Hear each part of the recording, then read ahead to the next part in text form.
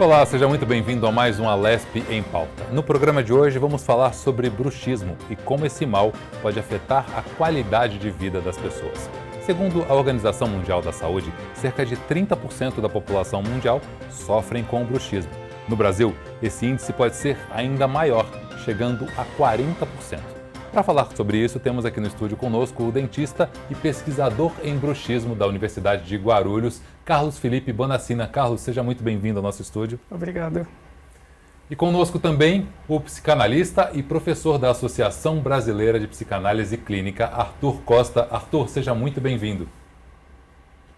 Olá, Fernando. Olá, Carlos. Prazer estar aqui novamente e falarmos desse assunto tão comum e também tão importante aí para a saúde daqueles que nos assistem. O prazer é todo nosso, Arthur. Carlos, o que é o bruxismo? O bruxismo tem vários tipos. O que caracteriza o bruxismo? Vamos lá, Fernando. É importante a gente entender o que é essa condição, né? Então, o bruxismo é a atividade dos músculos. Então, nós temos aqui os músculos da mastigação e qualquer atividade que a gente faz com esse músculo, ela é considerada bruxismo. E nós temos o bruxismo do sono e temos o bruxismo da vigília. O bruxismo do sono é o bruxismo que a gente faz durante a noite, né, ou durante o sono, e o bruxismo da vigília é aquele que a gente faz durante o dia. E dentro do bruxismo nós temos diversas condições que podem ser consideradas bruxismo. Uma delas é o ranger dos dentes, depois o apertamento dos dentes, né, e a gente também pode empurrar a mandíbula sem o contato dentário. Então, o bruxismo ele pode ser aí essas três condições. E pode acontecer durante o sono e durante a vigília também. Existe alguma característica física do maxilar que pode ocasionar o bruxismo? Não, nós não temos uma característica física dos músculos da mastigação que podem aí levar ao bruxismo, né? A gente sabe que o bruxismo ele tem origem no sistema nervoso central. Então, temos alguns fatores que podem causar o bruxismo. Ou seja, Arthur, falando em fatores psicológicos, psicossomáticos, vai mais para a sua área, né? Você tem recebido muitos pacientes com bruxismo hoje em dia? Sim, tenho recebido muitos. Assim, sempre teve bruxismo, mas pós-pandemia a procura foi realmente grande. De pacientes já usando aparelhos de proteção, tanto para dormir, alguns até para uso durante o dia mesmo, para a hora do trabalho, alguns com episódios. O bruxismo nem sempre ele é crônico, às vezes ele é sazonal. Alguns pacientes que passaram por alguma espécie de estresse pós-traumático, um evento que fizeram com que eles tivessem esses episódios de bruxismo. Então, assim, a quantidade de pessoas que me procuram pós-pandemia cresceu substancialmente. Isso é notório aqui na clínica, porém, talvez isso já vinha acontecendo durante bastante tempo e agora está tendo essa autoconsciência. Acho interessante a gente falar sobre esse assunto, afinal de contas não se fala muito, apesar de ser uma questão muito comum, não se fala tanto sobre o bruxismo. E é um incômodo para todas as pessoas que sofrem desse mal. Carlos, quais são as características que afetam o dente, a gengiva, todo o maxilar, toda essa parte da boca, quando a pessoa tem muito tempo bruxismo e não trata? Na verdade, o bruxismo a gente não consegue tratar. A gente precisa identificar o fator causal, né, igual o Fernando falou, o que está levando a pessoa a fazer ou o apertamento ou o ranger dos dentes, e aí sim tratar esse fator para aí a gente falar em tratamento para o bruxismo. Qual que é o papel do dentista? É identificar o fator e proteger as estruturas. E aí identificando o fator que pode ser refluxo, quando a gente pensa em bruxismo do sono, quadros de obstrução de vias aéreas superiores, a gente tem aí as crianças ou até os adultos, né, com um transtorno de déficit de atenção e hiperatividade. As questões ansiosas, questões de estresse, elas têm muita relação com o bruxismo da vigília, né, que é o que a gente faz aí acordado. E do sono, o dentista tem o papel de proteger essa estrutura do dente, assim como identificar e diagnosticar o fator associado. Você citou a apneia. A pessoa que tem apneia, ela, consequentemente, ela pode desenvolver um bruxismo, pode ter uma fase de bruxismo? Pode, ela pode ter, e aí o bruxismo ele entra como um papel protetor para o quadro da apneia, né? Então, assim, nem sempre o bruxismo ele é o vilão. Às vezes ele pode ser um mocinho também. Então, pacientes que têm quadros de obstrução de via aérea superior, quando acontece o episódio de movimento mandibular, o que acontece? Ele acaba lubrificando e liberando essa via aérea. Então, ele entra como um papel protetor, o bruxismo. Agora, Arthur, ele citou o estresse, que acho que é a causa de muitos dos nossos males do século XXI. O estresse é um causador do bruxismo, na sua opinião? Sem dúvida, sem dúvida, o estresse talvez seja um dos maiores causadores do bruxismo, lembrando de que questões emocionais acabam desencadeando questões neurológicas. A questão do bruxismo é muito mais do que uma questão emocional. Talvez ela tenha origem emocional em alguns casos. Há casos em que o bruxismo não é de origem emocional, é de origem neurológica. Eu já tive pacientes aqui que, tratando com determinado medicamento, aqueles medicamentos começaram a fazer alguns efeitos não desejados que começaram a desenvolver bruxismo depois do uso de um certo tipo de medicamento. Então, encontrar a causa do bruxismo é essencial. E amenizar os efeitos que ele faz, o desconforto que é, o próprio desgaste do dente, as dores de cabeça, por exemplo. A maioria das pessoas que sofrem de bruxismo tem uma dor de cabeça muitas vezes quase que crônica, principalmente aqueles que têm no episódio do dia a dia, porque no decorrer do dia é no trabalho, não é só no sono. E algumas pessoas pensam exatamente que é só dormindo que isso acontece. Não, isso acontece durante o dia mesmo. Eu já tive aqui pacientes, e aí o Carlos vai poder falar com mais autoridade, pacientes que chegaram com fraturas no dente, no meu consultório, e precisou procurar, então, a odontologia para poder fazer, porque o dente fraturou, tamanha era a pressão que foi acomedida. E aquilo aconteceu justamente naquele auge da pandemia, onde houveram muitos lutos cruzados. Por exemplo, eu já peguei vários pacientes em situação de luto, tratando o luto na perda, porque morria um parente, logo em sequência morria outro. E logo em sequência morria outro. Então, aqueles lutos cruzados criou um estado de tensão tão grande que eu cheguei a ter pacientes aqui com fraturas de dente por pressão mesmo. Então, assim, o estresse, a ansiedade, ela está intimamente ligada a isso. Eu vi isso muito de perto aqui, eu nunca tinha visto ninguém com o dente fraturado por pressão do bruxismo. Mas entendi que naquele caso ali, eram duas pessoas da família que tinham morrido de Covid e havia ali um pavor, um pânico familiar de que outras pessoas também pudessem sofrer aquilo. Então, aquele luto não tratado também desencadeou naquele momento um episódio de bruxismo ali naquela família. Existe um público específico que te procura mais, Arthur? Mais homens, mais mulheres, mais adultos, mais jovens? Existe uma característica? Olha, a maioria dos pacientes que me procuraram com esse tipo de problema foram mulheres e crianças. Homens, poucos chegaram até mim aqui, mas principalmente crianças que eu digo assim na pré-adolescência. A procura de pais que já foram ao dentista e óbvio, ali o tratar os sintomas, o desgaste dos dentes, a dor, o desconforto daquilo ali é muito importante. Mas como a psicanálise ela tem esse cunho mais investigativo, a família quer entender, mas por que uma criança de 12 anos, de 11 anos, 10 anos de idade está tendo um episódio tenso como esse? Já vi crianças, em alguns casos aqui, a gente investigando a causa, foi por excesso de tela. Por excesso de tempo em videogame e em celular, eles começaram a desenvolver. Tanto é que a gente começou a diminuir gradualmente, a família começou a criar uma certa limitação do uso de tecnologia e, à medida que foi diminuindo a quantidade de informação, foi se equilibrando aquilo ali e os episódios de bruxismo diminuíram bastante. Mas a maioria dos que me procuram, normalmente, foram mulheres e crianças e pré-adolescentes. No seu caso também, Carlos, mais mulheres e crianças te procuram ou não? O seu público é um pouco diferente? O meu público, na verdade, eu trabalho com crianças, né?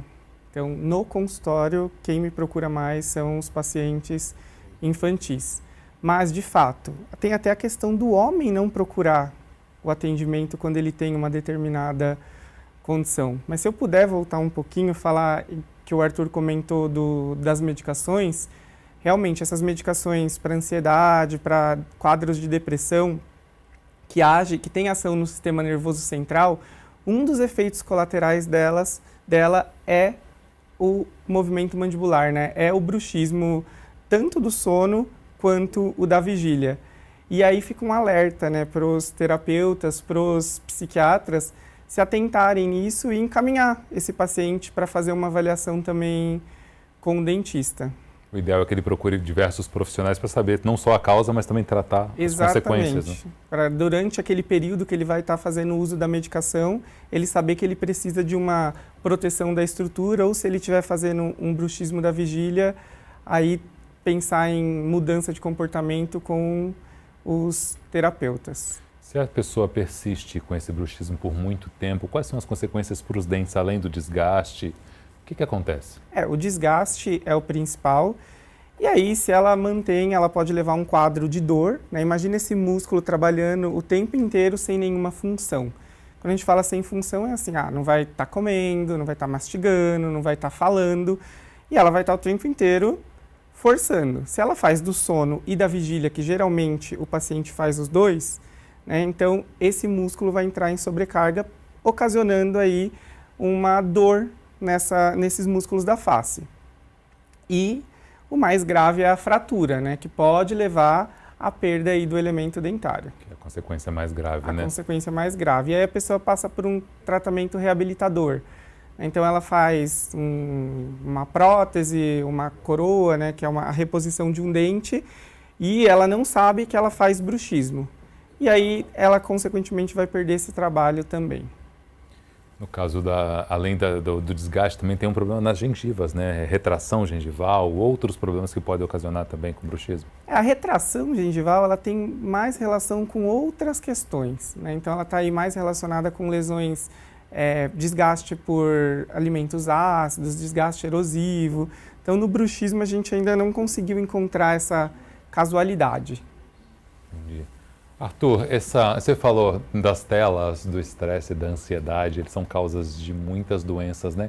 Como, na tua opinião, os pais devem ficar atentos a essas crianças, esses pré-adolescentes, para saber até que ponto, ou em que ponto ele está do bruxismo? Às vezes a pessoa não percebe, né? Aquela criança tem dor de cabeça, mas não sabe por quê. Como é que os pais podem ficar mais atentos? Eu me lembro que existe um exame chamado PISA. Na verdade, é uma sigla americana, em inglês, que simboliza, na verdade, uma espécie de medição da cognição e da capacidade a respeito de ciência, matemática e literatura. Esses dados dessa pesquisa, mundialmente também feita no Brasil, qualquer pessoa pode acessar esses dados pela internet hoje, mostram que há uma diminuição de capacidade cognitiva do ser humano, do sujeito, em especial entre jovens e adolescentes, ali de 2012 para cá. Então, assim, a gente não quer tornar a rede social ou a internet uma vilã da saúde emocional, de jeito nenhum. Porém, não tem como divorciar uma coisa da outra, porque é justamente no advento onde começa a se popularizar a internet ela começa a ficar mais móvel, que então esses índices começam a se crescer de forma muito grande.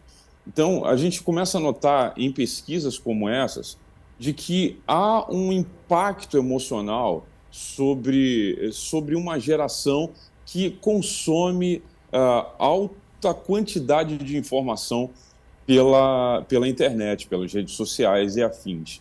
Então, assim, eu acredito que nós estamos em desenvolvimento.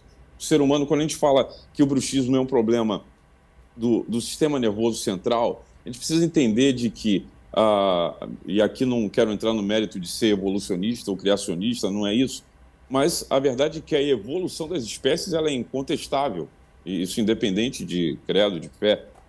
E se estamos em evolução e a informação ela dobra numa velocidade muito grande, não houve tempo evolutivo para processarmos a grande quantidade de informação. E essas pesquisas já mostram isso. O que faz com que a gente viva hoje uma espécie de psicopandemia, onde a gente parece que começa a adoecer em massa. Consequentemente, essa incapacidade de tempo para que o cérebro possa se adaptar à grande quantidade de informação faz com que a ansiedade, hoje o Brasil é o país mais ansioso do mundo, segundo a OMS, seja assim um câncer emocional que consome as pessoas, que corrói a qualidade de vida e, consequentemente, começa a ter consequências orgânicas, consequências físicas, e o bruxismo é um desses. Então, eu não quero aqui demonizar a internet, nem a rede social, afinal de contas, a gente está se conectando aqui por causa desse tipo de tecnologia. Mas é necessário, sim, existir uma certa limitação, em especial pré-adolescentes, entrando na puberdade, e crianças. É necessário porque o excesso de informação chegando em grande quantidade, acreditamos que a curto e médio prazo pode trazer danos neurológicos mesmo, por falta de tempo evolutivo para que o cérebro se adapte à grande quantidade de informação que é recebida hoje. Você citou, Arthur, que o Brasil é o país mais ansioso do mundo. Esses números de ansiedade também se refletem no número de bruxismo, né? Como eu citei na pesquisa no começo do programa, 40%, ou seja, 10% a mais de casos no Brasil do que em outros países, né? Tem a ver com essa ansiedade do país? Tem a ver com essa ansiedade do país. Eu acho que isso se reflete em todos os níveis da sociedade. Obviamente, isso vem de um contexto social, antropológico, econômico, que cria essa insegurança, essa tensão. Parece que o brasileiro ele vive sob tensão o tempo todo. Tensão política, tensão econômica, tensão social, a respeito da violência, uma série de fatores cooperam para esse cenário. E uma das coisas que está altamente correlacionada ao bruxismo é a depressão. Normalmente é muito comum encontrar pacientes fazendo tratamento de depressão ou já em estados depressivos, tratando a questão do bruxismo, porque parece que há realmente um link entre essas questões. Óbvio, a depressão ela acaba modificando quimicamente o corpo, vários neurotransmissores não são produzidos como deveria e, consequentemente, isso se projeta no organismo. Então, assim, a ponte entre a depressão, aliás, deveria até ser um sinal. Muitas vezes você conseguiu identificar, você teve a autoconsciência do bruxismo e não notou ainda. Pode ser depressão que precisa ser tratada e precisa ser investigada. Você também pensa assim, Carlos? Você acha que o Brasil é um país extremamente ansioso e os pacientes que te procuram, você percebe essa ansiedade? Ou jovens, muito na adolescência, já com depressão, já com problemas psicológicos? Parece que é uma coisa longe da gente, né? Que não trabalha diretamente com essas condições, a depressão e a ansiedade em jovens. Mas conversando com colegas, principalmente colegas terapeutas, eles falam que o número tem crescido bastante. E com esse dado que o Arthur falou para a gente do Brasil ser o país mais ansioso, eu estava lendo que a cidade de São Paulo é a cidade mais ansiosa do Brasil, nesse estudo aí que eles fizeram. Então, assim, é o que ele falou, a gente faz tudo correndo, a gente fica ansioso pelo dia que vai chegar, a gente fica ansioso se vai dar conta do trabalho, se vai dar conta da faculdade. E os jovens, eles têm entrado em uma série de trabalhos, de atividades escolares, que para quem está de fora, por exemplo, um pai ou uma mãe, eles pensam isso, eu estou oferecendo o melhor para o meu filho. Mas e o quão prazeroso é para o filho estar segunda-feira, integral na escola, terça-feira, meio período e à tarde realizar uma atividade, um futebol, um balé, quarta-feira também o dia inteiro de atividade. Será que isso não está levando a criança a entrar num estado ansioso também? E aí, consequentemente, um estado fazendo também o bruxismo. O que ele falou da depressão também é bem interessante, né? O paciente com um transtorno depressivo, ele vai estar medicado na maioria dos casos, né, depois que ele procurou ajuda, e o bruxismo pode ser um efeito colateral também aí dessas medicações. Então ele pode estar junto com o transtorno depressivo e ainda ser potencializado pela medicação. Agora, existem casos em que a pessoa está em depressão, mas não falou para ninguém, né? Ela guardou para ela, está sofrendo ali sozinha, não compartilhou com os pais, com os amigos, às vezes por vergonha, às vezes por nem saber que está com depressão. Isso é mais difícil. Eu acho que o diagnóstico da depressão, ele é complicado, né? Ele é bem complicado. Acho que o Arthur tem propriedade para falar melhor. Acho que até quando esses pacientes visitam um terapeuta, ele tem dificuldade de se abrir. E no meu público que eu vejo de crianças, eles têm facilidade de se abrir com o dentista. Eu imagino que com o terapeuta ainda seja melhor, assim, ter essa interação. A conversa tem mais a ver com a especialidade. Exatamente, a conversa tem... Eles acabam se abrindo, né? Acho que eles não têm essa possibilidade de fazer isso em casa. Às vezes sente um bloqueio das famílias e eles acabam se abrindo com a gente. Arthur, como identificar sintomas de depressão em jovens que muitas vezes não se abrem, como o Carlos falou? Olha, ao contrário do que muita gente pensa e acha que a depressão é apenas um jovem entrando para dentro do quarto e se fechando, muitas vezes a depressão ela se mascara, ela na verdade é uma imulação. Tem gente que fala assim, ninguém finge estar bem. Finge sim. Quantas vezes não somos perguntados, aí, como estão as coisas? Ele diz, está tudo bem, está tudo bem. Então, essa imulação de um estado saudável, isso gasta uma energia psíquica muito grande, que faz com que, sobre esse forte estresse, e assim, quando a gente está falando desse assunto de bruxismo, uma das recomendações que eu dou aos meus pacientes é o seguinte, você já está identificado e sendo tratado por uma medicação por um psiquiatra, joia. Quais outras áreas você já procurou? Você já procurou um dentista? Porque, por exemplo, na depressão existem várias variações, desde uma euforia. Às vezes você está vendo aquela pessoa extremamente eufórica. Na verdade, aquela euforia pode ser uma emulação para esconder a depressão. Então, a depressão, ela não é apenas aquele adolescente, aquele jovem, aquele adulto que começa a se entristecer e ficar no cantinho. Não é só isso. Muitas vezes a euforia, ela é uma sinalização de uma espécie de emulação emocional de um estado depressivo e de tristeza.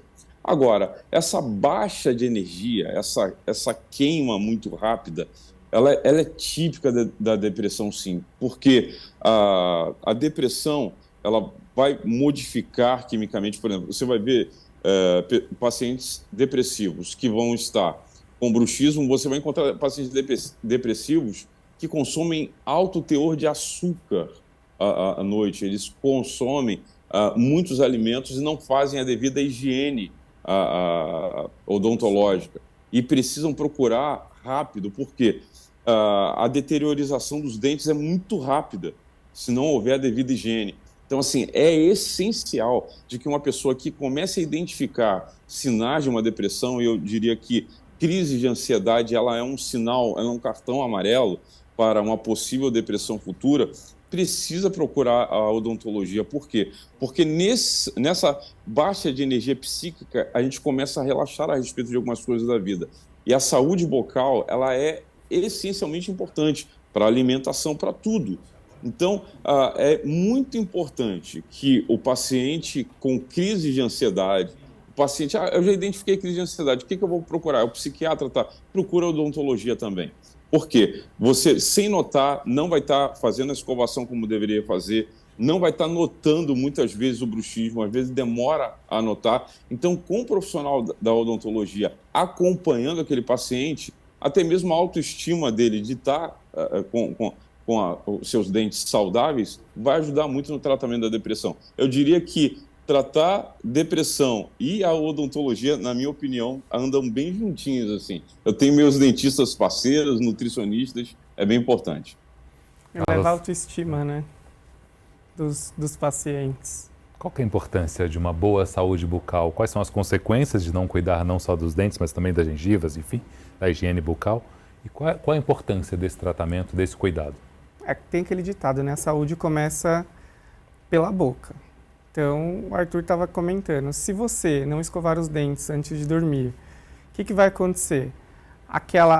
O açúcar que você consome, ele vai ser metabolizado ali pelas bactérias que vão produzir um ácido e vai começar um processo de cárie. Então, desde aí uma lesão de cárie que tem apenas um apelo estético, até também a perda do elemento dentário. E aí começa a ter complicação na fala, complicação na mastigação. Então, é extremamente importante essa higienização, pelo menos aí 3 vezes por dia, né? Manhã, depois do almoço e principalmente antes de dormir. E os pacientes com bruxismo que vão utilizar uma placa aí durante a noite para proteger essa estrutura, eles precisam dormir com os dentes higienizados, porque senão eles vão ter mais um fator de risco aí, que é essa proteção, né? Então não vai ter nenhum fator protetor para as outras condições bucais, ele só vai estar protegido contra o desgaste. É um período que a boca fica muito tempo fechada e as bactérias vão se proliferando. E a gente não produz saliva durante a noite, né? Então a produção de saliva, na verdade, ela é bem reduzida. E a saliva tem um papel protetor, mas a gente produz ela aí durante o dia. Carlos, Arthur, a gente vai para um breve intervalo e daqui a pouquinho a gente continua o nosso bate-papo. O Alesp em Pauta volta já já.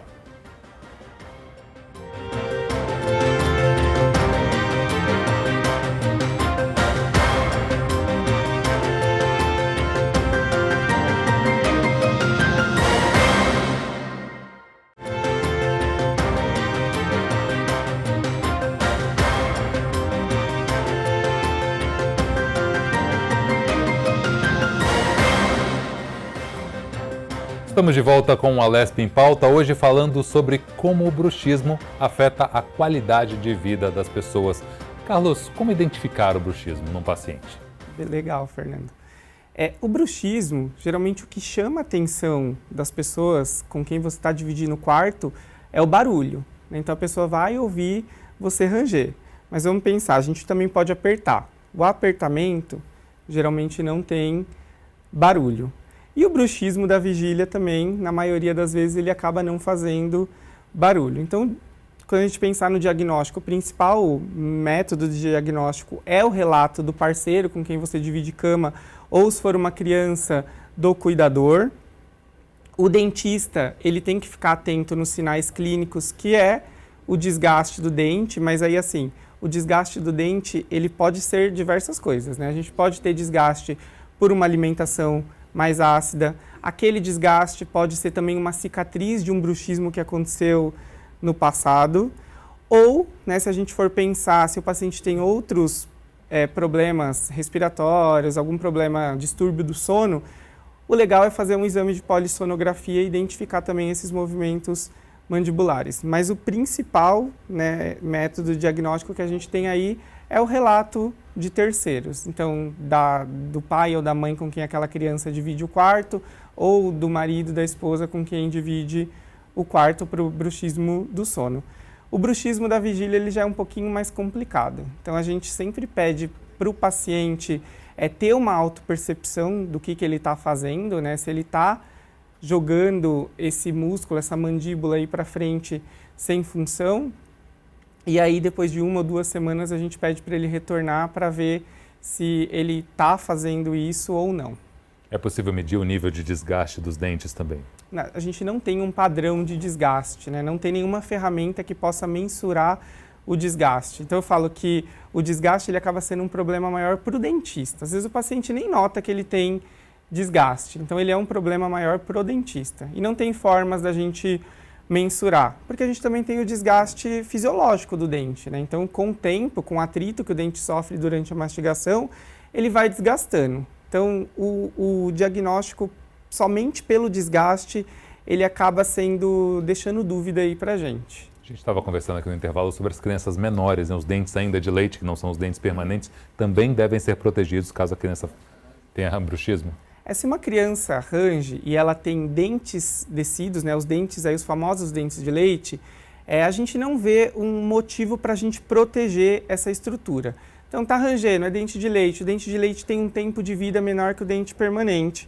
Então não faz, pensando no que o bruxismo pode ocasionar, que que é um desgaste. Esse desgaste muitas vezes é um desgaste mínimo. Não faz sentido a gente usar uma proteção numa criança com os dentes de leite.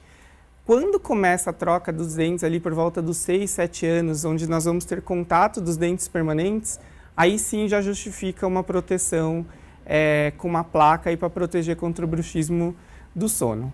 E o bruxismo da vigília, eu acho que a terapia cognitivo-comportamental ela é extremamente importante, né? Uma avaliação com o terapeuta, porque o bruxismo da vigília a gente vê que a causa dele tem relação com essas causas de estresse, de ansiedade, depressão. As crianças que sofrem bullying na escola também tendem a apresentar aí mais bruxismo da vigília. O dentista, nós temos trabalhado bastante com recordatórios, né? Então, explicar para o paciente o que é a condição, entregar os papeizinhos escrito que o dente não deve ficar encostado, mas nesse momento um terapeuta ele é o nosso aliado aí no tratamento, no controle, na verdade, do bruxismo da vigília.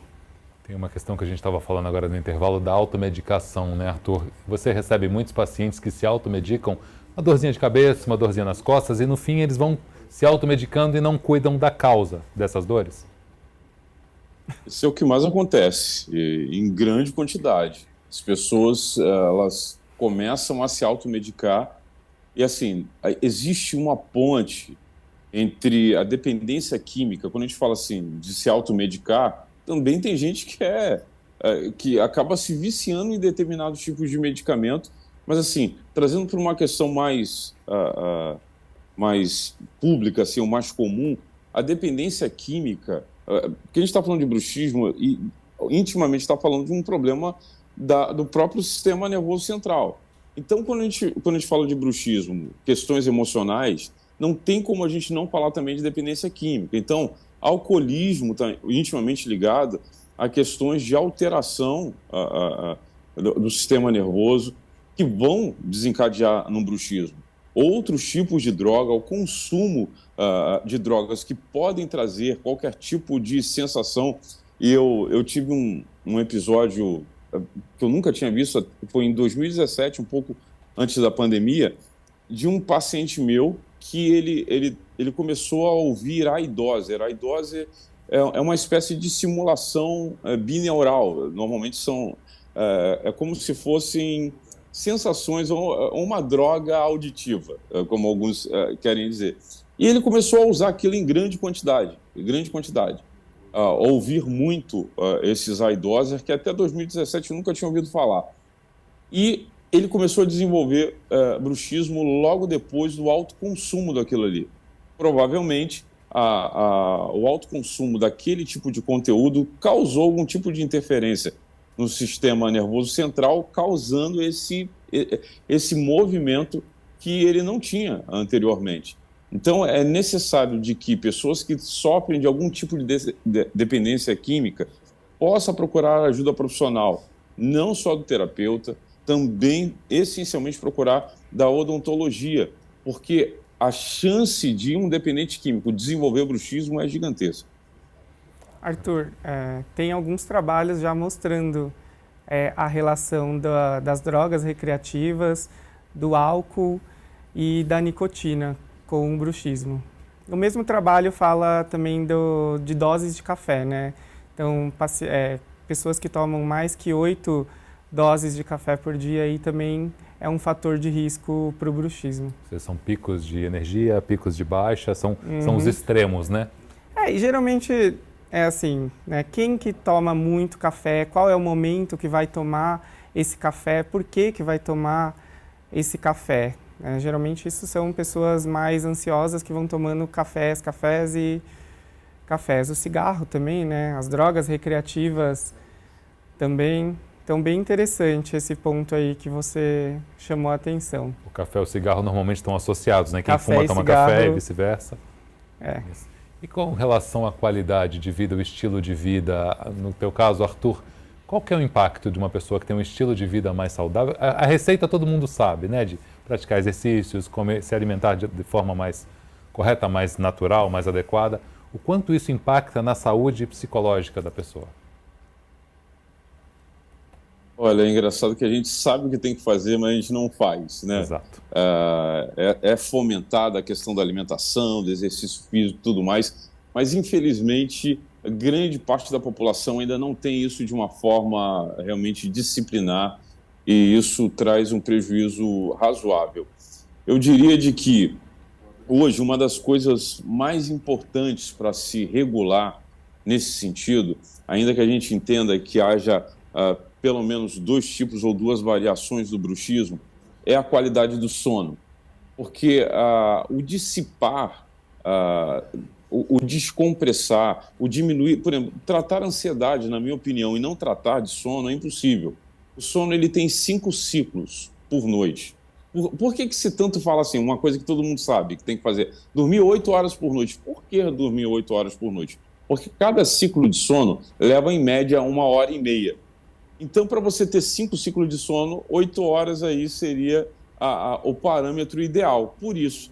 Porém, esse ciclo de sono ele tem 4 fases. Então, o sono leve ele não é o início da noite e o sono pesado no final da noite. Não, esse ciclo ele se repete em cada 1 hora e meia, praticamente.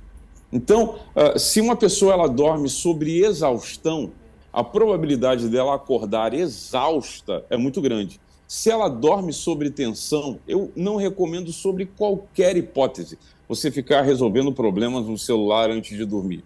Se você não criar uma rotina de relaxamento antes de dormir, o que vai acontecer? Você vai ter episódios de tensão durante a noite, repetido provavelmente 4 a 5 vezes, que pode ser justamente quando vai haver esse tensionar da mandíbula gerando bruxismo.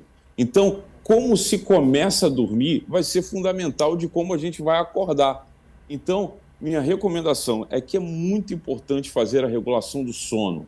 O sono, ele é talvez a matriz para a saúde emocional. Quem dorme bem vai ter mais facilidade para cuidar da sua saúde emocional. Quem estiver emocionalmente saudável vai ter mais facilidade para cuidar do seu corpo. Mente sã, corpo são. Arthur, como na tua opinião, nas escolas pode-se passar essas informações da qualidade do sono, da importância de se relaxar, de diminuir o ritmo antes de dormir? Como é que isso pode ser passado pelos professores nos sistemas de ensino? A verdade é que, assim, hoje não tem ainda, dentro do ambiente público, profissionais o suficiente. Então, eu acredito realmente que tem que ter uma mobilização voluntária de profissionais. É uma coisa que, por exemplo, é uma filosofia de vida para mim. Eu atendo alguns dias da semana, mas um dia da semana eu dou para a escola pública.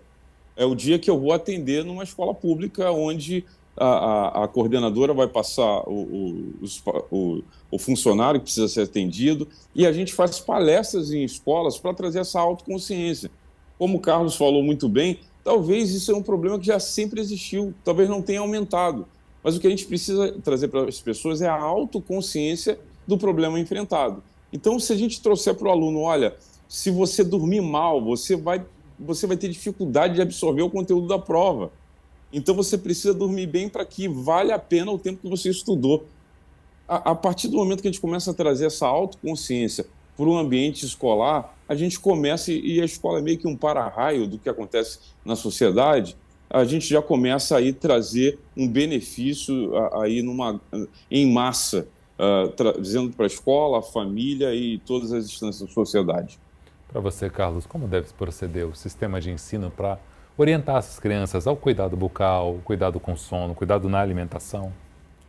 Eu acho que depende muito dos profissionais também, né? Então, saber de onde a informação está vindo, como que ela está chegando nesses lugares. O professor que está lá dentro da sala de aula, às vezes falta o tempo para ele.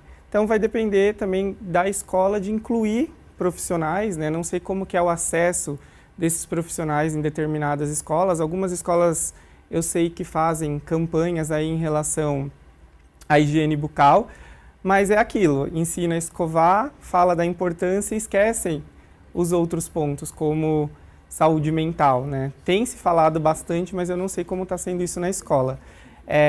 Nós temos alguns e-books que nós fizemos durante a pós-graduação e um deles fala sobre a importância da higiene do sono. Então, dá lá algumas dicas para melhorar a qualidade do sono. Antigamente a gente acreditava que a qualidade do sono tinha um impacto aí no bruxismo. E aí muitos trabalhos vieram falando que não, que qualidade do sono não mudava o bruxismo, porque ele tinha outros fatores associados. Só que, vamos pensar, é o que o Arthur falou, se você não dorme bem, seu outro dia não vai ser legal. Se você é uma pessoa ansiosa, que não regulou bem o seu sono, no outro dia você também não vai estar legal, seu cognitivo vai estar alterado. Então, a higiene do sono ela é importante não só para um paciente bruxista, não só para um paciente ansioso. A higiene do sono ela é importante para todo mundo. E o celular, eu estava lendo sobre o uso de telas que, além de usar, as pessoas elas interagem, né? Então, a interação que você tem com a tela, então os jovens eles ficam lá, mexendo no celular o tempo todo, e aí eles acabam tendo algumas interações. Então, tá jogando, aí ele perde, aí qual que é a resposta que o corpo dele dá? É de raiva, de tensão, e aí, consequentemente, vai apertar os dentes. Então, é extremamente importante, eu acho que nós, como profissionais, temos que buscar meios de entrar nessas escolas, né, em ONGs também, para falar sobre essas condições, saúde mental, higiene bucal e a importância aí da higiene do sono. As questões sociais também são muito importantes, né? Porque pessoas que não têm acesso a dentistas e a tratamentos adequados não estão chegando no ideal, né? O ideal seria que todos tivessem acesso a todos os tratamentos. Não acontece isso com as pessoas que não têm tanto acesso, né? Como compensar isso? Como, por exemplo, a Alesp aqui, a Assembleia Legislativa, pode trazer um pouco mais de equilíbrio para a população? Eu acho que ela pode trazer equilíbrio tendo esses profissionais aqui com atendimento e planejar no coletivo também, né? Eu acho que o coletivo hoje tem funcionado legal, então você consegue levar um profissional para dar uma palestra para 30, 40 crianças, adolescentes principalmente, que já consegue adquirir, né, o assunto, que já consegue absorver melhor o assunto. E nas escolas dos pequenos, né, na pré-escola, falar com os pais, com os cuidadores. Hoje o digital facilitou bastante, né, para a gente democratizar o ensino, então chega a informação com mais facilidade do que antigamente, quando a gente não tinha o meio digital. Então acho que essas palestras coletivas é um meio que a gente tem aí de levar esse conhecimento para todo mundo. Arthur, você mencionou que você tira um dia da sua semana para atender essas crianças, né, de escola, não só as crianças, né, às vezes os funcionários também. Qual, na tua opinião, deve ser o papel da Assembleia Legislativa para democratizar o atendimento odontológico, psicológico das pessoas? Eu entendo de que talvez a contratação de profissionais que possam, assim, prestar plantão em escolas seria muito utópico da minha parte achar de que a gente teria um profissional de saúde emocional em cada escola pública ou cada instituição de saúde. Porém, eu acredito que a Alesp ela pode criar um ambiente onde o voluntário tem a estrutura para poder acessar essas instituições. A facilitação, óbvio, tem que ter os seus critérios, mas a facilitação para que o profissional voluntário possa servir como amigo da escola, como aquele que pode auxiliar, trazer essa conscientização. Nesse coletivo funciona muito. E também no individual. Porque, por exemplo, eu vou estar lá dando uma palestra para 80 alunos, 2 turmas juntas, mas em alguns momentos eu vou estar atendendo pontualmente alguns alunos individualmente e alguns ali profissionais da área da educação, de múltiplas áreas da escola. Então, eu acredito que a Alesp ela pode, sim, incentivar e criar a ambiência para que esse serviço voluntário possa ser um paraquedas aí nesse meio dessa psicopandemia que parece que a gente está vivendo, que traz aí consequências físicas, orgânicas nítidas como o bruxismo. O bom é que se fala, né? A notícia boa é que se fala muito mais hoje em todos esses assuntos, né? Em depressão, em ansiedade, em bruxismo, do que se falava no nosso tempo de criança, né, Arthur? Você acha que a tecnologia tem facilitado para que as informações cheguem onde elas devem chegar? Muito. A democratização desse tipo de assunto, antigamente você tinha que procurar, agora parece que o próprio algoritmo nos entrega aquilo que nos interessa. Então, por exemplo, se alguém estiver nos assistindo e falar a palavra, possivelmente vai aparecer ali serviços odontológicos, profissionais da área de saúde emocional. Então, a tecnologia, sim, pode ajudar muito nessa autoconsciência e até mesmo no acesso a esse tipo de recurso e a profissionais que podem ajudar no tratamento e também até mesmo no amenizar dos sintomas emocionais e também fisiológicos do bruxismo. Carlos, de quanto em quanto tempo seria o ideal uma pessoa, uma criança, ir ao dentista? Que tipos de tratamentos preventivos devem ser feitos numa criança para que ela chegue na idade adulta com os dentes saudáveis, com a boca saudável, sem bruxismo? A gente não tem uma... a criança precisa ir de 3 em 3, 6 em 6, 9 em 9. Isso vai depender muito do risco que aquela criança tem a desenvolver algumas doenças bucais, né? Hoje, quando a gente pensa em doença bucal, a gente pensa logo na cárie. Mas aí a gente tem a gengivite, nós temos questões de traumas, criança bater. Então, a primeira consulta, ela deve ser feita ali por volta dos 6 meses de vida. E aquela mãe, aquele pai que levar a criança nessa consulta, ele já vai receber informações que talvez nós não tínhamos antes, né? Então, a gente ia no dentista por quê? Quando tinha algum dentinho, quando estava com dor, ou quando algum dente doía, desculpa, a mesma coisa, né? Quando estava com dor, ou quando batia o dente, ou quando percebia que tinha uma lesão de cárie, aí a gente acabava levando as crianças no dentista. Mas agora, os pais têm procurado, né, para fazer essa parte educativa de orientação de higiene oral.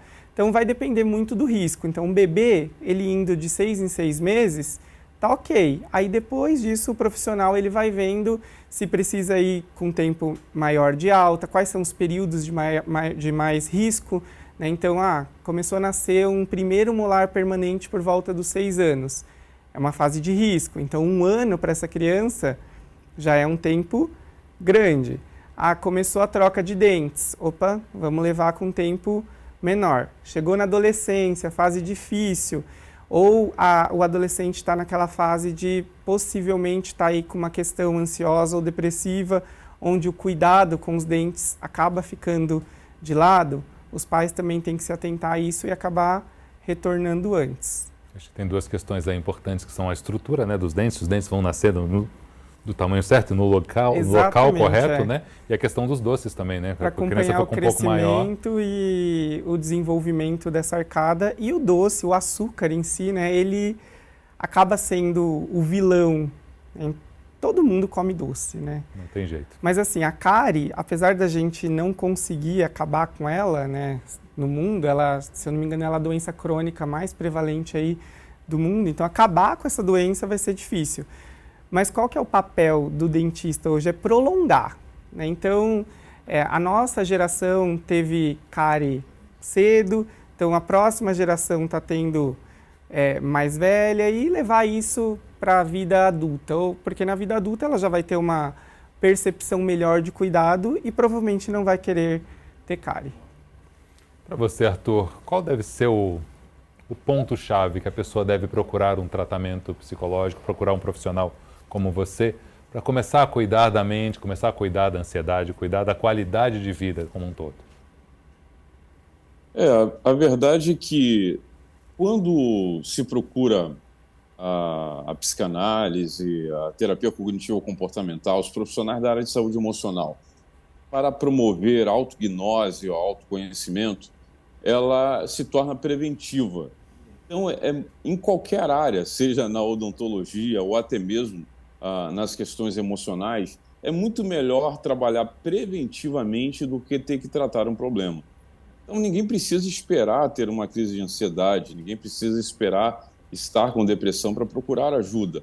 Quanto mais você procurar preventivamente, menos problema ou menos energia, menos dinheiro, menos uma porção de coisas serão gastas para manter a sua saúde. Então, prevenir é muito melhor. E quando a gente fala de saúde emocional, também prevenir é melhor.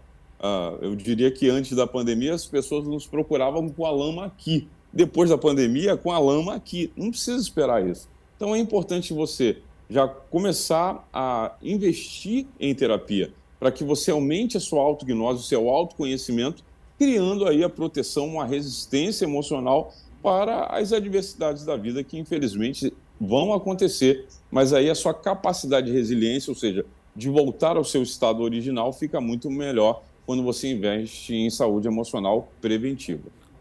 Como diz o ditado, é melhor prevenir do que remediar, literalmente, né, Arthur? Com certeza. Com certeza é melhor. No seu caso também, né, Carlos? Com certeza. A prevenção sempre.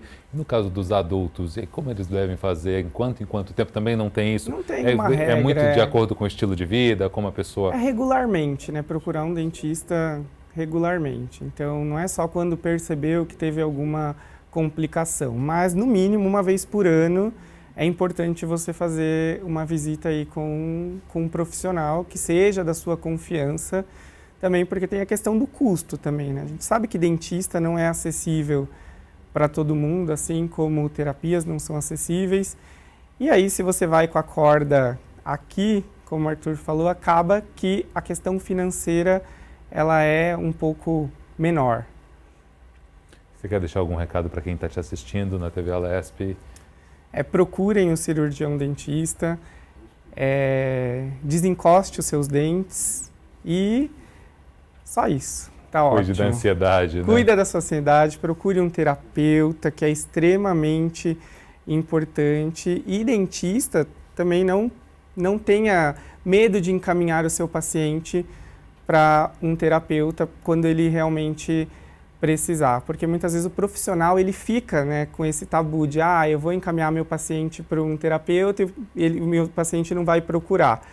E não, às vezes ele precisa. O dentista sozinho não vai conseguir resolver, por exemplo, um bruxismo aí da vigília. Você, Arthur, quer deixar algum recado para quem nos assiste nesse momento no Alesp em Pauta? Ora, a palavra que eu quero deixar aqui é que se caso você sofra de bruxismo ou tenha notado esses sintomas, primeiro, fica tranquilo, você não está fora, não tem nada de errado a ponto de falar, meu Deus, será que estou ficando louco, vou ter que tomar... Não, calma. Primeira coisa, se acalme. Muita gente tem sofrido desse mal recentemente e há gente capacitada para te ajudar. Profissionais que vão te ajudar nos desgastes dos dentes, profissionais que vão te ajudar na gestão das emoções. Então, a primeira coisa que você precisa fazer é não se apavorar. Olha, caí aqui nesse programa, estou assistindo isso e estou notando que eu estou, de fato, com sintomas. O meu parceiro, minha parceira, está dizendo que eu estou arranjando os dentes à noite. Calma, porque tem gente aí muito habilitada para poder te ajudar e, com certeza, tem muitas ferramentas hoje que podem ajudar uma pessoa que sofre de bruxismo. Então, minha palavra é, fica firme, vai em frente, cuida da sua saúde, vai dar tudo certo. Arthur, obrigado pela tua presença mais uma vez aqui no nosso programa. Sempre um prazer conversar com você. Eu que agradeço também ao Carlos, aprendi muito aqui. Gratidão de estar aqui com vocês mais uma vez. Carlos, prazer recebê-lo aqui pessoalmente no estúdio, viu? Muito obrigado. Prazer foi meu. Muito obrigado pela oportunidade de conversar com o Arthur e bater esse papo legal com vocês. Obrigado. O programa de hoje fica por aqui. A gente se vê no próximo Alesp em Pauta. Até lá.